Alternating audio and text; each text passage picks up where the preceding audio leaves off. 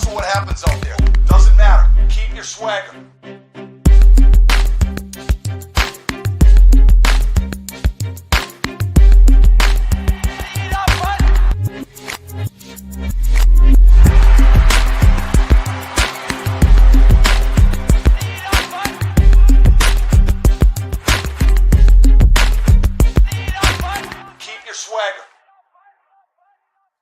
Hello, everybody. Welcome into the Five-Hole Fantasy Hockey Podcast. Got a non-traditional episode for you guys. It's middle of the day, so for those of you that don't have a normal job, you can be joining us live on YouTube. Today, we have Brock Seguin of Daily Faceoff, man.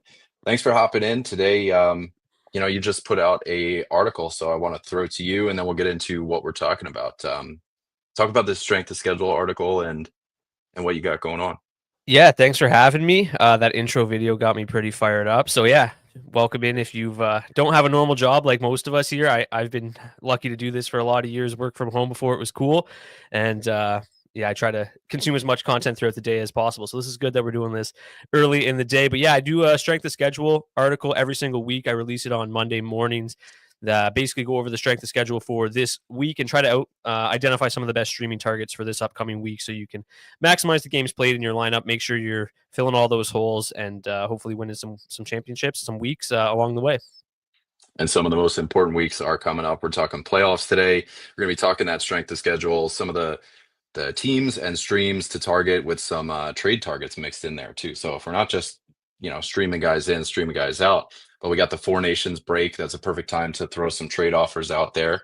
And TDL trade deadline's coming up pretty quick. So time to get some of these targets on your roster, get as many games. And, I'm curious. I've got a list of questions here. And before we get into anything, I mean, it's fresh. Do you mind if I ask you about the Rantanen and Nietzsche's bid? I know you got the fantasy implications up on the site. What's your take? I mean, we got a couple games under our belt of Nietzsche seeing monster time on ice. We got Rantanen at left wing. Yahoo, hello, please get it together. What do you think, man? I mean, first of all, just what a trade, right? Like, it was crazy. My wife was actually texting me that night, like, "Hey, I need help with the baby," and I was just like, "I can't do anything right now." The biggest trade I think since I've worked at Daily Faceoff is going on right now. So, I think that. For Rantanen, there was maybe a little bit of concern for me originally or initially, like, how is this going to affect his time on ice? You know that the Hurricanes like to balance things out a lot more than the Avs did, right? They really lean heavily on that top six. But I think once I kind of looked back at the Gensel trade last year, it really kind of eased any of those concerns. Because I remember last year being like a little nervous about the Gensel trade. Like, okay, now he's moving away from Crosby, who's been tied to his hip for years. And, he was playing over 20 minutes a night in Pittsburgh. And then obviously, as I mentioned, the Hurricanes balanced things out. His time on ice dropped in Pittsburgh, but he still went off. Or in Carolina, he went off 25 points in 17 games, played 77% of his ice time with Aho at 5v5. And Rantanen's going to be in a similar case. Like, yeah, the ice time is probably going to go down a little bit, but Aho's a great play driver. That line always dominates puck possession, no matter who he plays with, right? He's never really had this elite winger. So honestly, this trade for me doesn't impact Rantanen's value too much at all. He's elite. He's going to get his. And then for Netchess, as you mentioned, this is a huge boost for his fantasy value.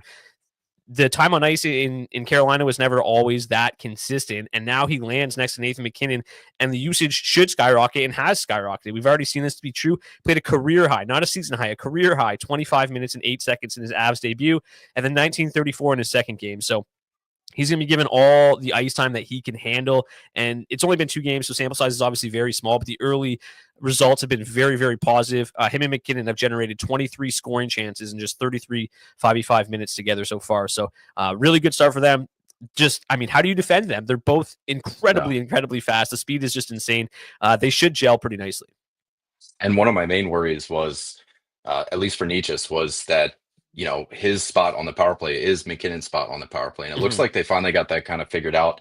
The first game, it looked a little clumsy. They were cycling around each other.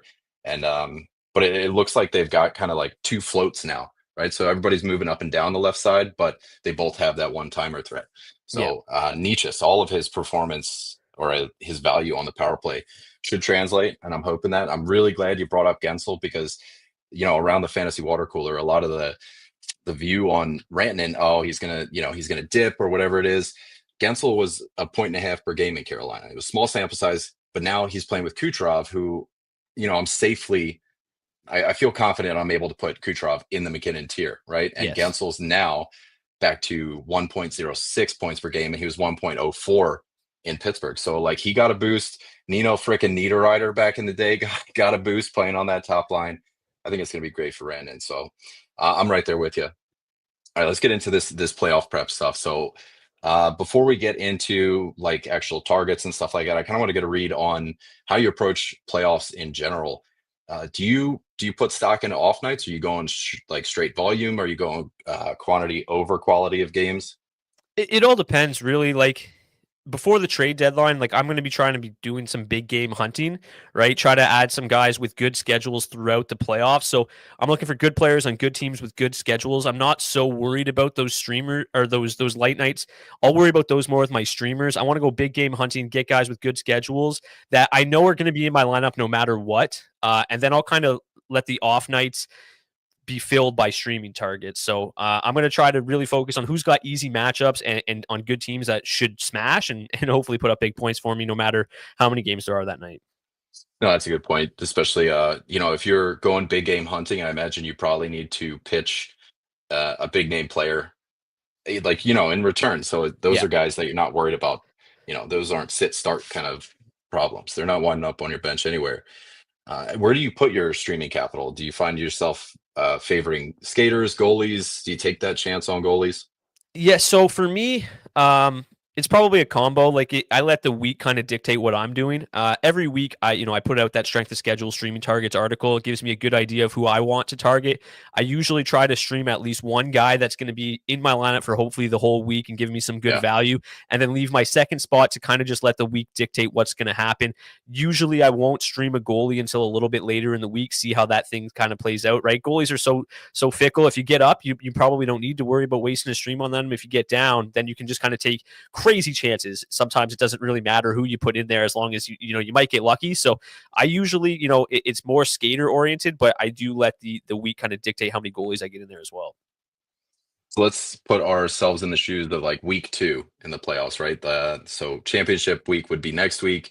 Where's your ruthlessness rating? Do you kind of cut bait? I remember, last year you're cutting bait with anybody, right? So as long as you can make it to that next week, uh, everybody's up for sale. Or do you find yourself kind of following that strategy, or do you try to hold? I mean, obviously we're not dropping McKinnon's or anything like Right. that. Yeah. Yeah, but those guys who have been on your roster the whole year, like where do you put that threshold?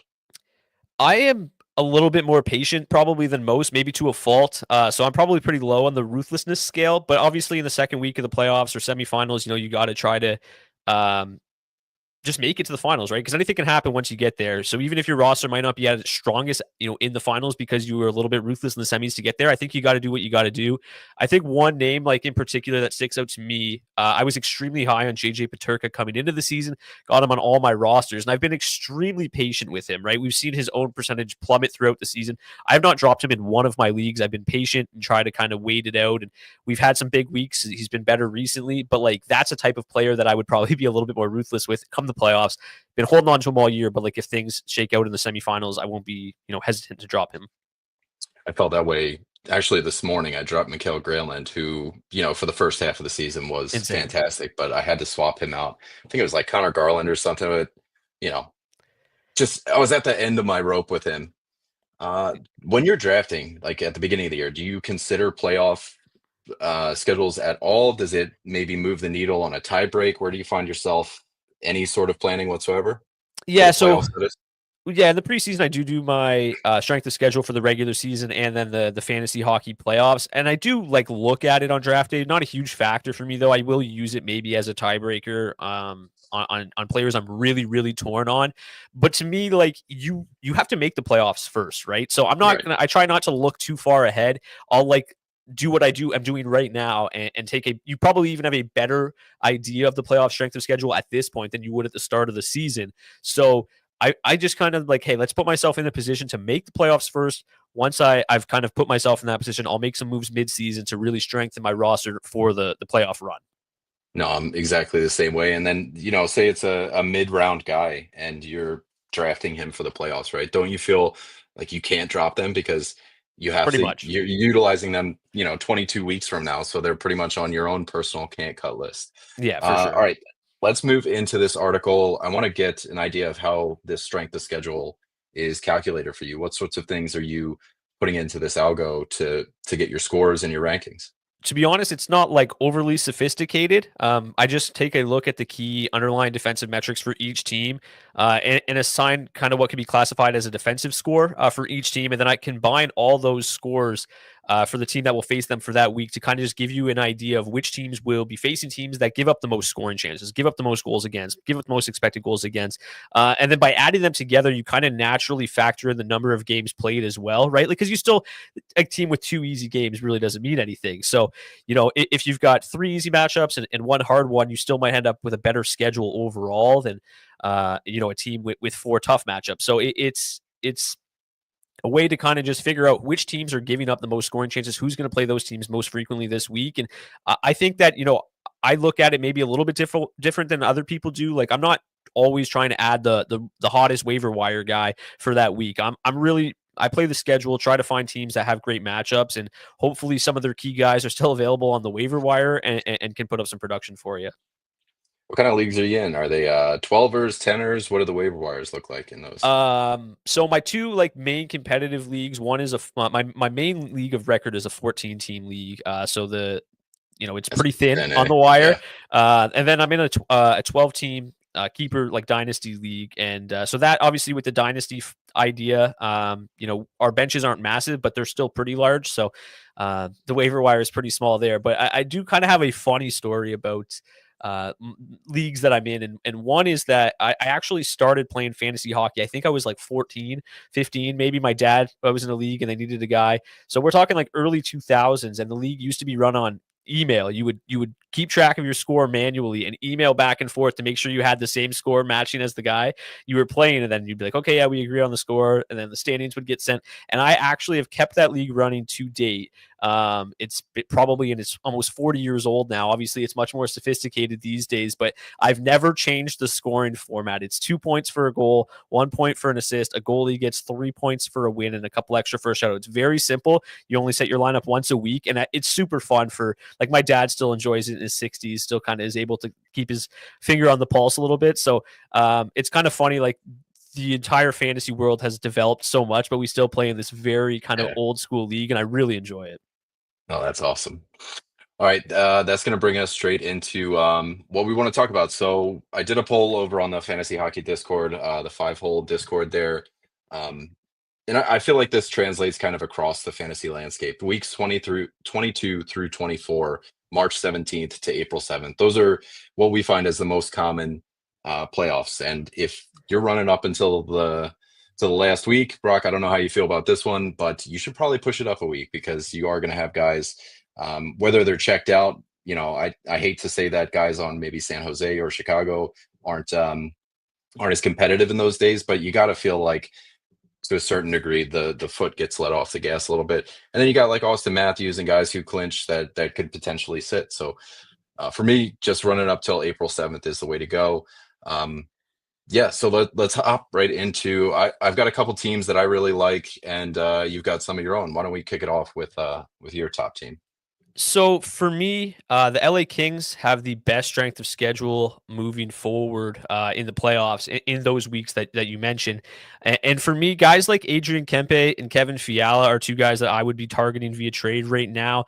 Kempe, for obvious reasons, right? He's clearly the best player on that team right now. 43 goals, 36 assist pace right now, 79 points. I mean, he's just getting it done.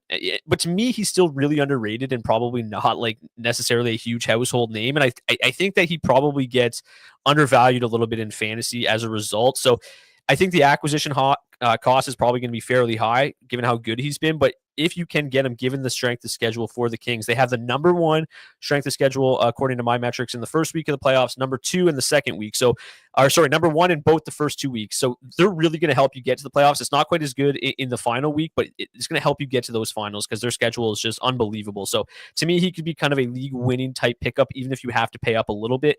If you don't have that appetite to make a huge splash, I think Kevin Fiala is a great option. A few weeks ago, I actually had people ask me if they should drop Fiala. My answer at the time was no, thankfully, because he has 6 points in his last 5 games. But still, if owners were willing to drop him a couple weeks ago, I don't think that they view him that highly. I don't think they would hesitate to trade him for a decent asset. So the acquisition cost will be significantly lower on Fiala than it will be on Kempe, and I still think he's got tremendous upside. He had a 10-shot game recently. He has 34 shots in his last 8 games. Like, that's the type of stuff that you'd love to see from Kevin Fiala, and if that continues through the rest of the season, because it has been a pretty disappointing season thus far, with the way the schedule lines up in the playoffs, I really think that he could be a nice kind of low-cost addition right now.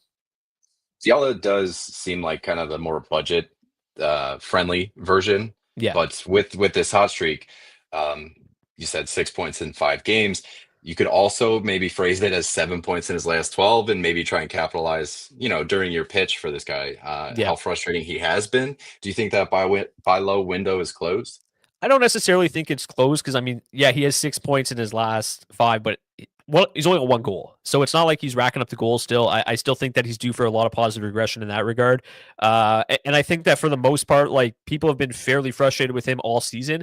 I don't think maybe 2 weeks is really going to change their mind too much. So I do think he's still a fairly, the buy low window isn't necessarily completely shut, but it might be by the end of this week.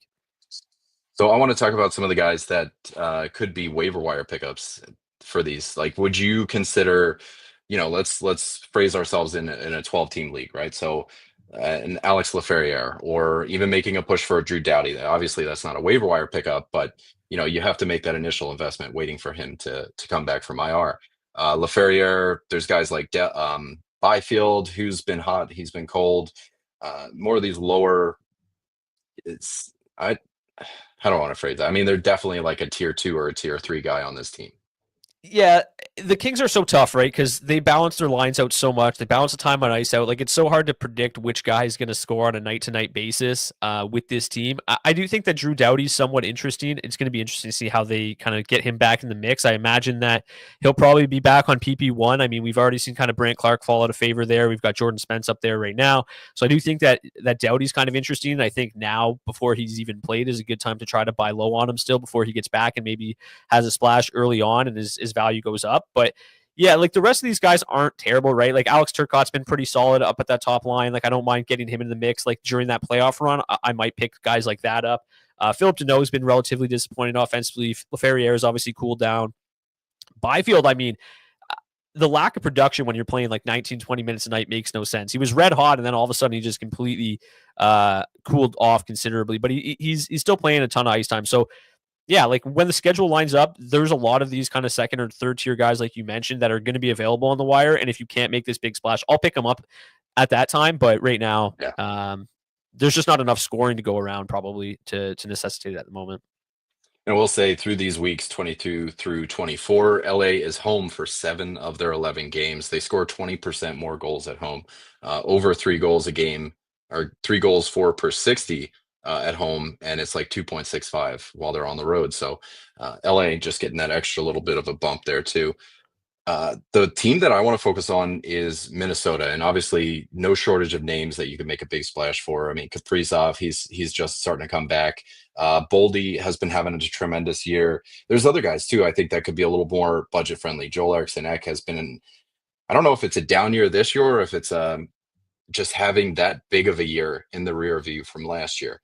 And then you got Zook, who's going to be playing alongside Kaprizov, who's definitely not going to run you the same kind of bill that Kaprizov might. But is there any player here that you find kind of in your appetite? I feel like Kaprizov is just, he might not even be affordable. No, probably not. I think Eriksson Ek makes a lot of sense. I think that people have been relatively disappointed with him this year because the ADP at the start of the year was high. I did not like his ADP coming into the season, but I think he makes for a nice trade target now, especially most recently playing with with Kaprizov in their last game. And kind of because of that, I do think that Rossi makes some sense as well. I don't think it'll be long before we see Rossi back on that top line with Kaprizov. And I think that while he's not on that top line, he makes for a decent buy low right now. I saw some people on the Daily Faceoff website today talking about what do we do with Rossi now that he's not on the top line. I'm like, I wouldn't panic just yet, but before long, I think that they've shown to be pretty good at 5v5 when they've got Rossi, Zuccarello, and Kaprizov together, and then Eriksson and Boldy have obviously formed a really nice duo on that second line. So I think before long they're going to get back to that, and I think Rossi's one that right now, while he's not with Kaprizov, is certainly interested. You got any interest in their defensemen? Continuity aside, right? Because there hasn't really been any power play one guy for any long stretch of time. It was Faber, then it was Spurgeon. I think Middleton got a look, and Cheshire while everybody was out. But that how much the boat is rocking. Like, do you have any appetite to make a push for any of those guys? I have, I think Spurgeon's fine when he's on power play one. He's been okay this year. He's kind of a peripherals god too. If you're in leagues like that, shoots the puck a decent amount, blocks a ton of shots too. While he's on power play one right now, like in my 14 team league I mentioned earlier, he's only 9% owned. He's available on the wire. Like, he's a guy that I think is definitely worth a pickup right now. He plays big minutes. If I'm targeting any defenseman on the Wild right now, it's probably Spurgeon. I don't really feel like I would really feel like it's necessary to go out and trade for Brock Faber right now. He's been pretty disappointing this year. The lack of power play usage has been an issue over the last few months. So he's up at 78%, where honestly Spurgeon might be the better play moving forward, literally 70% lower owned. Today even.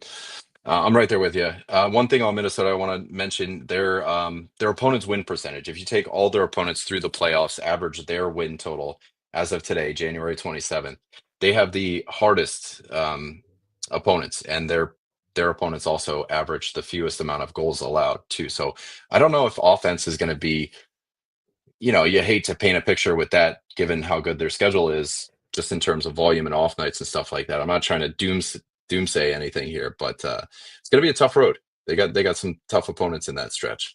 Yeah, my strength of schedule doesn't necessarily mind them because their schedule is pretty average, right? I have them at the 13th ranked schedule for week 1, 18th ranked schedule for week 2, and 17th ranked schedule for week 3. So kind of middle of the road, right? But the volume is certainly there. They play 11 games, which is the most during that 3-week stretch. So not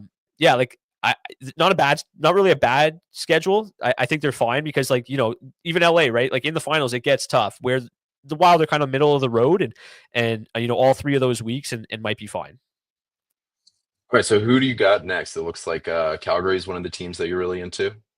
Dallas actually is next on the list for me. Wyatt Johnson, Dallas. Rupe Hintz, and Miro Heiskanen stick out. Obviously, right now, Jason Robertson would be the ideal target, but his acquisition cost has absolutely skyrocketed as of late. Since the Christmas break, he's tied for third in the NHL in points and tied for third in the NHL in goals as well. 22 points, 10 goals over that span. So he is definitely one to consider. We'll get to it a little bit later on teams with the worst schedules, but the New York Rangers are among those teams, and maybe an Artemi Panarin for Jason Robertson trade makes some sense right now. Like, obviously, there's the chance that Panarin outperforms Robertson down the stretch. But in the playoffs, if you're in a spot, in the playoffs, Robertson is probably going to be the better player to have at that point in the season. So if you've got an eye on a championship, I don't mind maybe making a move like that. And that's probably the type of player it's going to take to get Jason Robertson. But, if you're going a little bit lower tier, Wyatt Johnson, I've been screaming buy low on Wyatt Johnson pretty much the entire season as much as I possibly could. So hopefully people who follow me were listening and did that as soon as they could. But I still think he's a good pickup right now. The value's obviously gone way, way up. He has 20 points in his last 17 games. But, maybe if you're in a league where the Wyatt Johnson owner isn't paying enough attention, he still only has 11 goals in the season, only has 39 points in 49 games. If they're the type of owner that only looks at the season-long ranking or season-long totals, you might still be able to get him for a decent value. And then just a couple other names really quickly. Rupe Hintz, I think now is the perfect time to strike on Hintz. People will probably be nervous that he's back skating on the third line in the second power play unit. I personally don't think it's going to be a long-term fit. It hasn't been basically his entire tenure there. So I think he'll work his way back up into that top 6 before long. And he's quietly scored 10 goals his last 20 games. So 40-goal pace over the last couple months. And then Heiskanen, he's just been terrible this year. Massive fantasy disappointment as a 5th round pick defenseman. Excellent buy low. I think if you can you'll get him way cheaper than what his draft day cost was, obviously. And if you can add him as a second, maybe even a third defenseman, depending on how stacked your team is, come playoff time when the schedule lines up, I think he could be a nice pickup. It's easy to say that Heiskanen's been bad, but I feel like a lot of those top tier defensemen have really struggled this year. So, I don't think he's maybe been quite as awful as it suggests, just because there's a lot of busts at the top of that defenseman position. Yeah, I mean Roman Yossi, Noah Dobson, Adam Fox, even to a degree. Yeah. I'm right there with you. What's your temperature on some of these other guys like Ben, Seguin, Duchesne? Do they fit into maybe like a bottom of the roster move for you, or are you kind of just waiting around on the waiver wire for some of these guys? Yeah, I think like maybe Tyler Seguin, right? Like, 'cause he's injured, not going to cost you much. Might be on your wire even. Mason Marchment similarly, right? Like, if those guys are back for the fantasy playoffs, I think they're both fine pickups. Matt Duchesne, I've been kind of talking about as a sell high for most of the year. The metrics don't really seem to back up his production, but right now on top power play unit instead of Hintz is obviously helping. So yeah, like Duchesne, if people are like gonna not charge you a massive cost, I think is a great pickup. But I just think the acquisition cost for Duchesne, given kind of how worried I am about him maintaining it through the rest of the season. Like, obviously it's almost the end of January. He hasn't slowed down yet. So maybe this is just who Matt Duchesne is this year. And if you can get him for a decent price, I don't mind it, but he would be one I'm a little bit more nervous about the cost being a little too high. All right, let's move on. I'm a big fan of Vancouver, and I think this one's a bit more controversial because I mean JT Miller, Elias Pettersson, are they even going to be on that team? Do you go out and make an acquisition for these guys and potentially wind up without them on your team come playoff time? Sorry, I just got a call in the middle of this. Yeah, like do you go out, do you make a move for a JT Miller who could be a New York Ranger and wind up as one of the worst schedules, right? So um do you even try to make a move? Does Pedersen feel like a more safe move? And maybe a Quinn Hughes, Jake DeBrus, Connor Garland. Those are kind of like waiver wire material. But any of those guys from Vancouver that you're a fan of? I mean, that situation just scares me so much, right? Like, there's just, it's so weird. No one really knows what's going on. One week it's definitely going to be Miller. One week it's definitely going to be Pedersen who gets Right. moved. Yeah. So that makes me nervous. And to be honest with you, they just aren't scoring enough goals. And I don't know if when one of these guys gets traded, if that just completely turns them around and they change, but they just aren't scoring enough goals. So to me, I don't really think that I'm putting my, you know, targeting any of these guys in trades. I don't mind. Obviously, if you can get Quinn Hughes, great, but chances are probably fairly slim.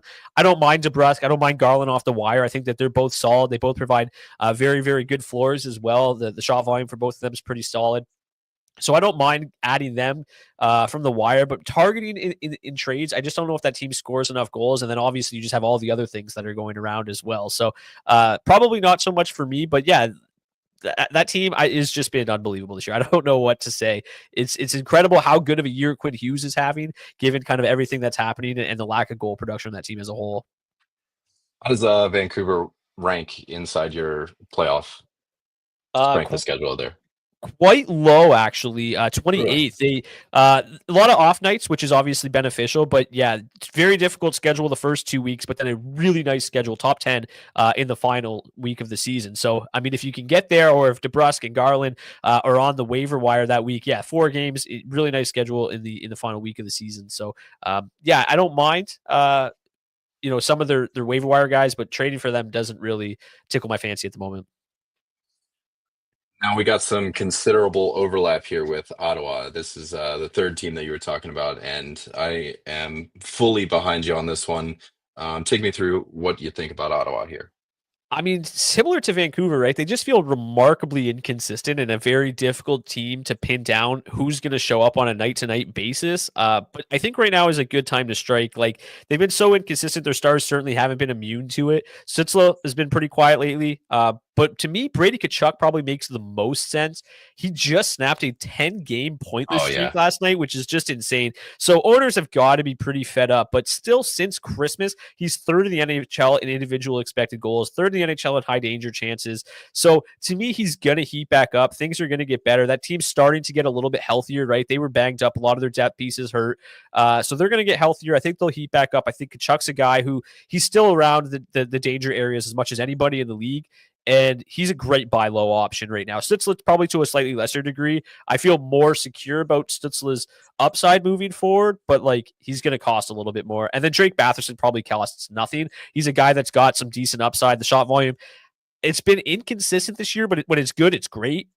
So he might be available on your wire. They have a great schedule in the playoffs. I have them third. A bit of a tough schedule the first week of the playoffs, but the second best schedule in week 2, and then the 7th best schedule in the final week. So they look really good in terms of if you can get through that first round, they look great in the semifinals and the finals. So I like the Sens a lot.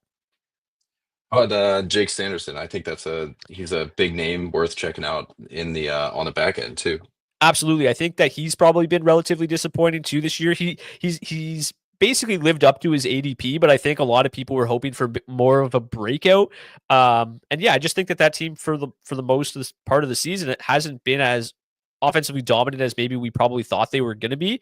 They, especially lately since Allmarks went down, they've really seemed to tighten the ship defensively, and they've been very low event, and it's really been the issue for a lot of these Senators skaters. So hopefully once Allmark gets back and they feel a little bit more secure in the crease, they open things up a little bit more, because their games have been basically nothing's happening at either end of the ice. A lot of 2-1, a lot of 3-1 hockey games as of late. And it's worked well. They've been able to still pick up a good amount of wins with Levi Marilainen and Anton Forsberg back there, but hopefully they start to open things up. And yeah, I think Sanderson probably wouldn't cost a ton outside, in a redraft league, probably still fairly cheap. Obviously, keeper dynasty, we're talking a little bit different value. A curveball coming your way. Doughty, Heiskanen, Sanderson. Who would you be targeting, and how would you rank those guys? Oh my goodness. Probably Heiskanen first. Just I think that schedule's great still. I still feel fairly secure that offense is going to be really, really good down the stretch. So probably Heiskanen 1, Sanderson 2, Doughty 3. I think it's going to be great for the Kings to get Drew Doughty back. I don't think I don't necessarily know for sure that we're going to see him back to being like that massive, massive minute eater we've seen in the past. I don't know for sure if he's going to be back on power play 1, right? Like he's obviously got a decent amount of competition there. So probably Heiskanen, Sanderson, Doughty 1, 2, 3 for me. The last team I got on my side is Chicago. They got 8 home games, 2 away through the last 3 weeks of the your playoffs. If you're going 22 through 24, they are also 20% better at home, which is awesome. They're not breaking that 3 goals for per 60 mark that LA is, but they're still hitting that 20% above their road offense. I think there's only 2 targets that are worth probably owned in your league, right? So it's going to be Connor Bedard, it's going to be Seth Jones. Those are probably the only 2 names that you're going out trying to make a move more. Seth Jones, his name's been around in trade talks too. I don't know how much weight is there. Pretty sure he's got like a no trade or something, and a hell of a contract too that somebody's going to have to chew on. So whether or not he moves, I think there's a certain amount of safety with trying to make a move for him. But I like the way Chicago looks through the playoffs in terms of volume of their games. They've got 10 games, 7 off nights, but again, if we're making moves at the top of our roster, off nights don't matter as much when it comes to guys that you're benching, guys that you're playing. If you're trading a stud for a stud, you're going to be playing that stud even on the heavy nights. So volume is definitely one thing to look at. All right. Who are your worst teams? So Who's to pitch? the New York Rangers are bad, but we'll get to them in a second. The Detroit Red Wings, by far the worst. I'm a Red Wings fan, and it feels like this happens every single year. Like not just the fantasy playoffs, but the second half of the year, our schedule just gets impossible. And I don't think we banked enough points in the first half of the season here to make a good playoff run this year. But they have the worst strength of schedule and only 2 games in week 1 of the fantasy hockey playoffs. There's only 2 teams that have 2 games that week, so that's brutal. It's not going to help. Right now, Lucas Raymond, Dylan Larkin, they've all been unbelievable as of late. Patrick Kane, I talked about him on my podcast a couple weeks ago as a sell high. Like that power play has been insanely good. But how long is that going to continue, right? Like, yeah, they've been unbelievable. They're not going to be a 40-50% power play for the rest of the season. So that's going to come down to earth. All those numbers are going to come down to earth. And then when you factor in the strength of schedule in the playoffs, it gets pretty dicey. So I would honestly be looking to move on from the vast majority of my Red Wings stock. obviously I'm not just getting rid of them to get rid of them. Like Lucas Raymond could bring in a very sizable return.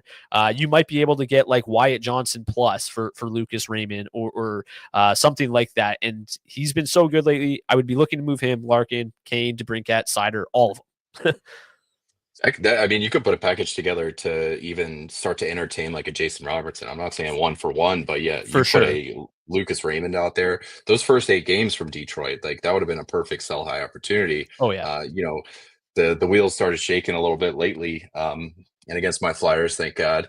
That was a fun game. My buddy went to that one. I feel like they play Um, each other every week this year. They've been played each other a ton. So you said the New York Rangers. I mean, they've shaken off most of the weirdness that was the front half of the schedule. I think since January 1st, they're one of the top teams in the league. They're finally above 500 once again. Starting to look like the New York Rangers that we know. I mean, you got Trocheck, you got Artemi Panarin, even a Shesterkin if you want to feel, you want to get froggy like that. But these are guys that could fetch you a pretty good price point when it comes to selling high or even just selling in general. Um, how do you approach the New York Rangers? Are you trying to jump ship entirely? Are you using those kind of guys for these kind of trade chips there? Yeah, like they have the 12th worst strength of schedule, so the strength of schedule is not horrendous, but they only have 8 games during that 3 week stretch. It's just not enough. And it's gonna, yeah, like Panarin's great, but is he gonna win you a championship with only 8 games in a 3 week span? Probably not. So yeah, like I'm probably trying to move on. Like I don't know how much you're gonna get back for guys like Zibanejad and Kreider at this point. Like they've bounced back a little bit. Their name still carries some weight, so hopefully you can make a move with them. I would certainly be looking to do so.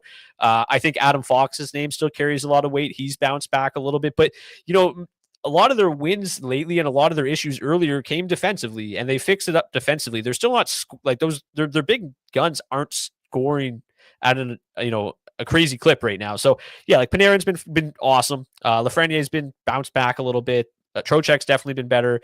So I would be looking to move all of them as well. Like just 8 games is not enough, right? I think that Trocheck, I think Lafreniere, I think Panarin obviously will still fetch you a decent amount. And then obviously Zibanejad, hopefully his name carries enough weight in your league that you can still return some value. But I feel like him and Kreider at this point are probably more of like add-on pieces to a deal, or you're going to have to do a 2-for-1 type thing to really get anything consequential in return. So yeah, I'm moving on from the Rangers. 8 games is just not enough for me.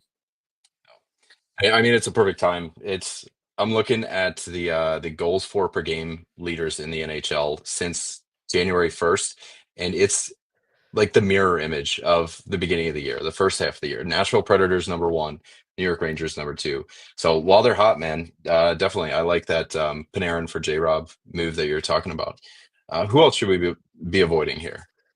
San Jose Sharks, 6th worst strength of schedule, and also only 8 playoff games. So not really a whole lot there. Obviously, I think that you would probably get a really nice return for Macklin Celebrini in a redraft league. I'm obviously not moving him in a dynasty or keeper league. He's an absolute stud. But in a redraft league, what's the point, right? What's the point in holding on? He's been great as of late. I think moving on from him with only 8 playoff games is ideal. The rest of that team, you're probably not getting much, right? You just dropped Mikael Granlund. Yep. So that's kind of how most people probably feel about the rest of their roster. I think Celebrini is the only one that I'd be looking to move on from.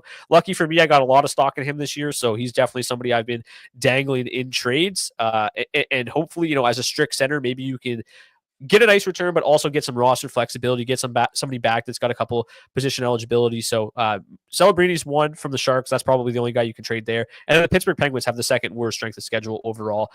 They're another team that's kind of difficult, right? Like you don't know. There's rumors of a fire sale upcoming. How that's all going to shake out remains to be seen. But I've been talking about selling high on Rickard Rakell for a while now. Like he's been an unbelievable waiver wire pickup, but it's going to be very difficult for him to maintain what he's done over the last couple of months. So he's been unbelievable. You can sell very high and probably get a nice return. Plus, the playoff schedule just isn't there. Obviously, you get a good return on Sidney Crosby. I would be a little bit more reluctant there because who knows? There's obviously some fun rumors about him. But yeah, I would be trying to move a lot of my Pittsburgh Penguins, mainly Rickard Rakell and Brian Rust right now. Going to be my question is, do you kind of just wait for Kyle Dubas to take care of this for you, right? Like this fire sale, do they wind up on a team with a better playoff schedule for us in the fantasy, Yeah, it depends, right? Like if Rickard Rakell gets moved or something like that, like it's hard to envision him moving into a better spot than where he is now. He probably won't even live up to these expectations that he set with Pittsburgh if he does get moved. So there's probably only a certain number of teams or certain players from this roster that could get traded that would, their fantasy value would increase. So to me, I would just be like, yeah, let's just see how it plays out. Probably try to move him. I was trying to move Rakell before I even saw the playoff schedule. So I would definitely be on that boat right now. Is there any other teams that we should be avoiding? I got Boston up here. They're a bad road team. It's not necessarily that they have a bad schedule in terms of either volume or off nights, depending on what you're trying to target. They're 25th in the league in road scoring, and 7 out of their 10 games are on the road. So they're going to be doing a lot of traveling, things like that. So, obviously you're Pasternak, and I think I might start and finish the list right there. I don't know if there's anybody else that I really want to hold on to. Maybe try and make some moves for some of these guys who have better playoff schedules. Uh, you know, just try and isolate any value that you can out of, whether it's a Marchand, a McAvoy, what have you. Yeah, their playoff schedule grades out okay for me because they do have a lot of road games, but I mean, they're in San Jose, they're in Anaheim, they're in Detroit, they're in Montreal. So they have some decent matchups in there, but you're right, they don't score a lot on the road. So the schedule might look fun, but if they can't capitalize on it, it really doesn't matter. And yeah, it's hard to see, even really know where that team's going to be in a couple of weeks' time. So, if you get some value for guys like Marchand and stuff, I'd be down. It looks like McAvoy is coming back soon. If you can move him when he's back, I think that's fine. Pasternak's probably the hottest player in the league right now, so I'm probably holding pat with him because even if they don't score a ton of goals on the road, he's probably going to factor in on almost all of the ones that he does score. Yeah. I got a couple more notes here just on back-to-backs during these weeks that we're talking about. Florida, Vegas, Columbus, Buffalo, they each have 3 back-to-backs, so like 1 a week. It's not huge, but it is going to start to mitigate the Bobrovsky, the volume you're going to be able to get out of him or Hill, or God forbid you're holding Merzlikins or Ukko-Pekka Luukkonen through the week, through the playoffs. But do you got any other notes for this playoff time frame? No, the only other teams that I would maybe throw out there, the St. Louis Blues have a really nice schedule. The Buffalo Sabres, like I think that both those teams have guys that I would be interested in targeting. Like obviously, the Blues have been great as of late. I think you could still get, somebody like Dylan Holloway. He's going to cost a little bit more than he would have at the start of the season, but he's been so good. Robert Thomas has been a little bit quiet as of late. I think he's a decent buy low. Then Buffalo, obviously, that whole team. I think you're probably not paying a pretty penny for Peterka, Tage Thompson and company, Alex Tuch as well, especially was on the second line. And then some of the other brutal schedules just really quickly. Utah, Montreal, and Winnipeg are among them. So if you want to look to move any of those guys, your Clayton Kellers and stuff, like it's not going to be easy, but those are the type of guys that you can fetch a nice return on. Go big game hunt and try to get yourself a Jason Robertson or something like that. Move your Kellers, move your Caulfields, move your Suzuki's if possible, because like they're great, but come the playoffs, there might not be enough games, some difficult matchups, might not be worthwhile holding on to. Winnipeg's going to be a hard team to move off of. I mean, Kyle Connor, even Mark Scheifele, they're having hell of a year. So that's as hard as it is for, somebody that might own a Connor or something, but also think about what you can get for those guys. That's all I got too, man. So why don't you let the people know what they can click on, what they can expect from you guys, where they can find you? Yeah. So, if you're looking for season-long fantasy content, obviously, dailyfaceoff.com. We do, got all your starting goalies, all your line combinations. If you haven't heard of us yet, hopefully you find us soon. I remember when I started Daily Faceoff and people started finding us, they're like, I can't tell my friends because this is the best thing ever. But the word's gotten out now, so that's good. So yeah, like I said, I do the strength of schedule every week. Lots of fantasy content. Got my own fantasy podcast as well. DFO Fantasy Podcast. We put out an episode once a week. And then YouTube Fantasy and Betting is the YouTube channel. We've got obviously the giant Daily Face-Off YouTube channel with all the Jeff Merrick and Frank Saravalli stuff. But if you're looking for more fantasy-focused content, DFO Fantasy and Betting there. We've got fantasy and betting stuff. And if you play DFS, I do free DFS charts, free projections, free line matching stuff, as well as a live show Monday through Friday. So if you're still in the DFS space, you don't live in Ontario like me, and you're playing NHL DFS, we've got just a boatload of free content. We've got a Discord channel as well. So if that's kind of your appetite, in addition to season long, come on in. And if you're better, I mean, these charts that they're for DFS, but you can really identify some great spots for betting, specifically player props, So a lot of good stuff over at dailyfaceoff.com. And that's all for me. Well, Brock, once again, thanks for hanging out, man. That's going to be it for this episode. Everybody, thank you guys for hanging out on a Monday afternoon. Can't think of a better way to spend it. I don't know if I'm going to be able to take a nap at this point, but I'm definitely going to go upstairs and sit down or something. So once again, Brock, thanks for hanging out, brother. And everybody out there, we will see you later on in the week. We got the weekend preview coming out on Wednesday or Thursday if you're on Spotify. Until next time, love you guys. See us.